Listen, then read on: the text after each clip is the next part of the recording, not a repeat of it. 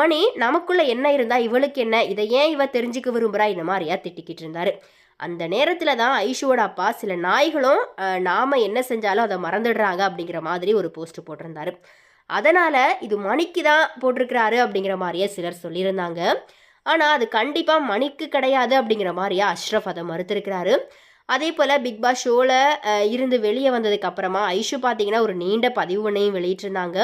அதில் பிரதீப் கிட்டையும் மன்னிப்பும் கேட்டிருந்தாங்க. அதே போல் மக்கள்கிட்டையும் தான் விளையாடின விளையாட்டு குறித்தும் மன்னிப்பு கேட்டிருந்தாங்க. இது குறித்து அப்போது பலர் அஷ்ரஃப் அண்ட் அவங்களுடைய மனைவி கட்டாயப்படுத்தி தான் ஐஷு அப்படி ஒரு பதிவை வெளியிட்டிருக்கிறாங்க அப்படிங்கிற மாதிரியாகவும் பலருமே சொன்னாங்க. அதுக்குமே பார்த்தீங்கன்னா அஷ்ரஃப் விளக்கம் கொடுத்துருக்கிறாரு. அதாவது அந்த லெட்டர் என்னுடைய மகள் போஸ்ட் போடும்போது கூட நான் இதில் சில வார்த்தைகளை நீக்கிடலாம் அப்படிங்கிற மாதிரியா சொன்னேன். அதுக்கு இது என்னுடைய மனசுல இருந்து முழுமையாக வந்தது, அதை நான் அப்படியே பதிவு செஞ்சால் தான் சரியாக இருக்கும், அதனால் இதில் நான் எந்த எடிட்டிங்கும் செய்ய மாட்டேன் இந்த மாதிரியா சொல்லிட்டேன்.